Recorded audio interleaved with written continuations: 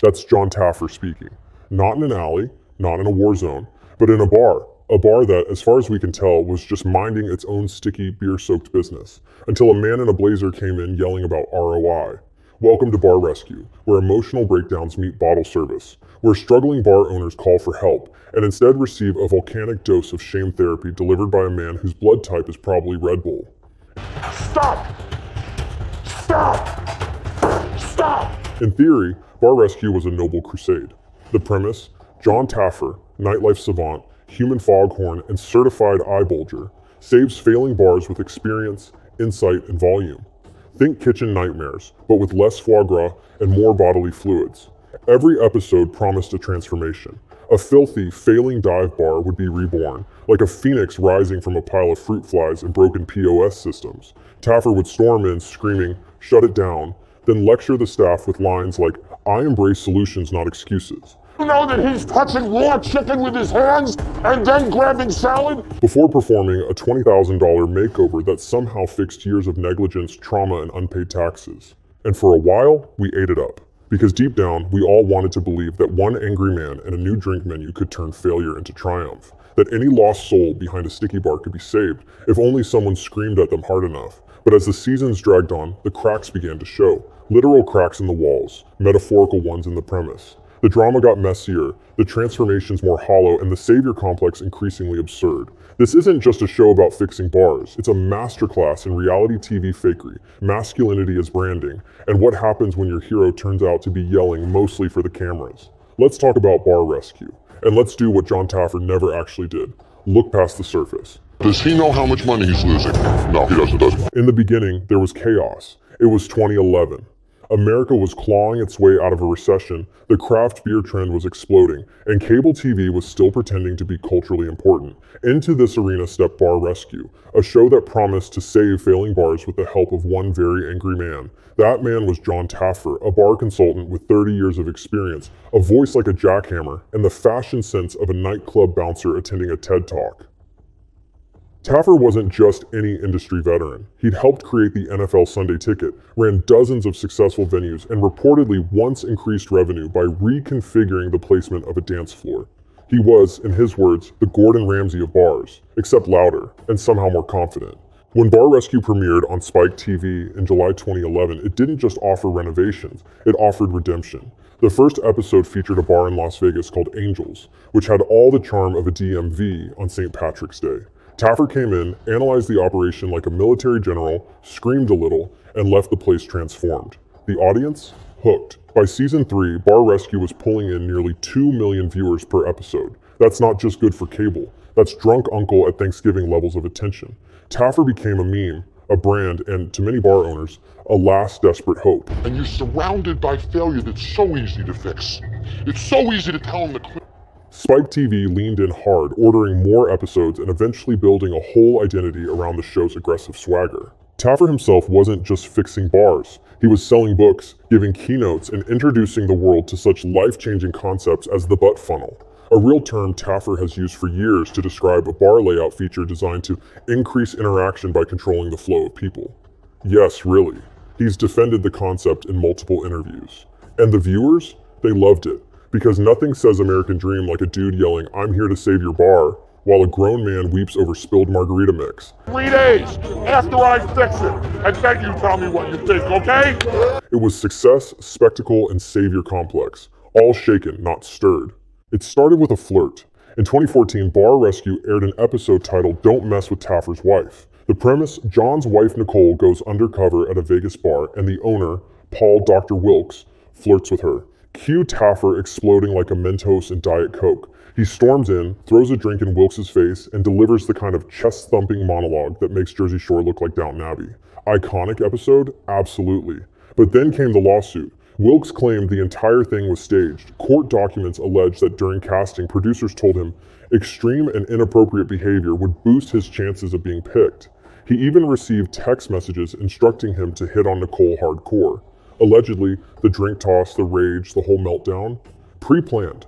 Wilkes also said he was physically grabbed, spit on, and screamed at, and he sued for assault, fraud, and emotional distress. The case was settled quietly. The episode disappeared from regular reruns and streaming.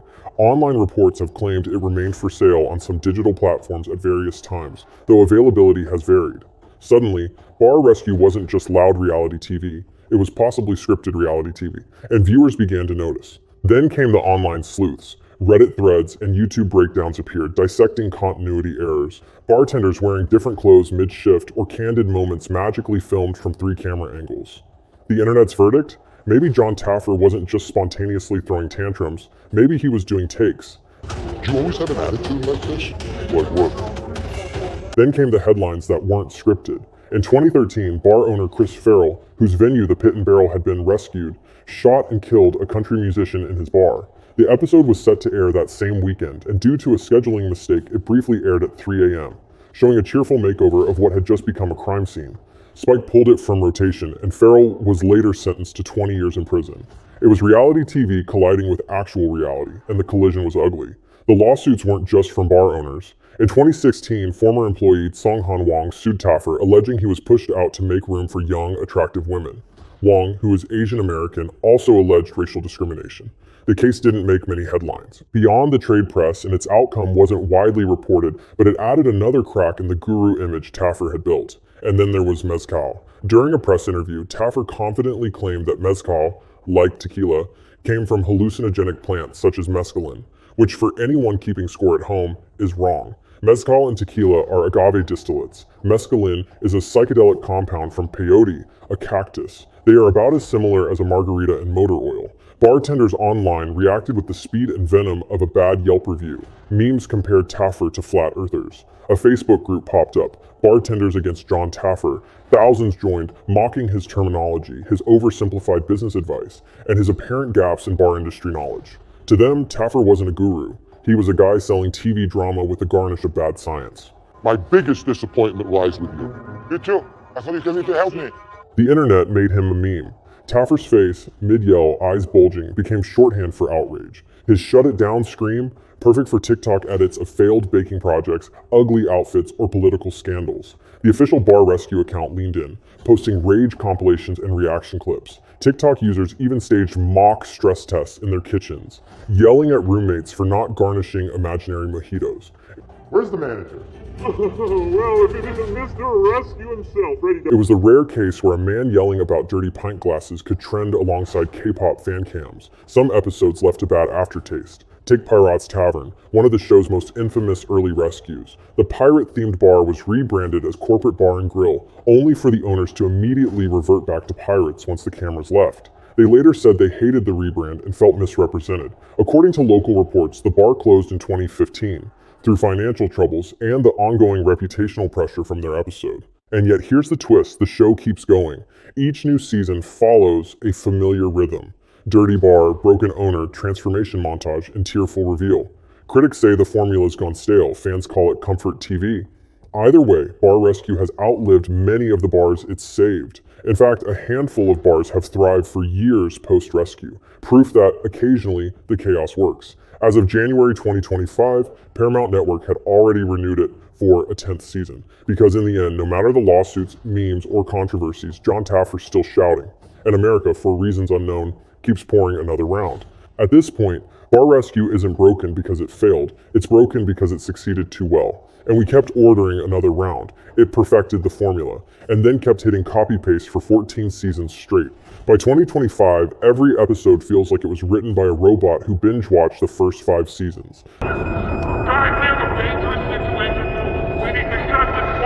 There's no arc, no suspense, just an unchanging ritual of failure, screaming, and slightly improved lighting. You know exactly what's going to happen. The bar is disgusting, the owner is clueless, the staff is drunk, crying, or both. Taffer walks in, looks horrified, and says, "You're gonna kill somebody in here." What once felt raw and urgent now feels as spontaneous as a cruise ship safety video. But the real rot goes deeper. The numbers don't lie. According to mid-show statistics, nearly half of the bars rescued still closed.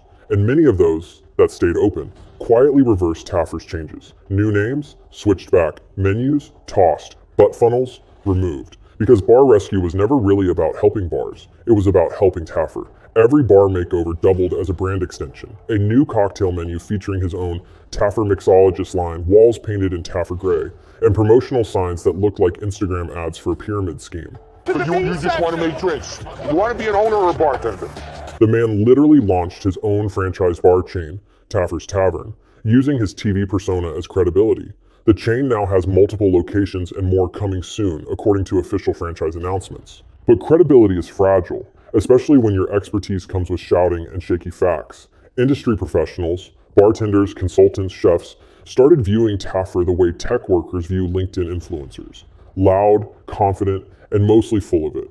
His advice often lacked nuance. His design choices prioritized TV appeal over practicality. His rants masked a lack of real-world support after the cameras left. And let's be honest, in a world where hospitality struggles with labor shortages, mental health, and razor-thin margins, a guy yelling "fix your attitude" doesn't cut it anymore. Worst of all, the show aged, but its worldview didn't. Bar Rescue still clings to the fantasy that success is just one shout away. That tough love, macho energy, and a fresh coat of paint can heal years of bad business, trauma, and systemic failure. It's not just dated, it's delusional. Amongst our 4 owners, Danielle is stepping up as a manager. The real world moved on, but Bar Rescue is still in 2013 screaming into the void, hoping we're still watching. Bar Rescue was never really about bars. It was about transformation, redemption. The seductive idea that no matter how bad things get, how sticky your floor, how rotten your walk-in fridge, how deeply dysfunctional your staff, someone could swoop in, yell at you for 48 hours and save everything. And for a while, that fantasy worked. There were moments, rare, blink and you'll miss it moments, where a bar owner really turned it around, where a team came together, where Taffer put the clipboard down and actually listened. Those were the episodes people remembered, the hope. Everybody in this room has a drink. The human drama.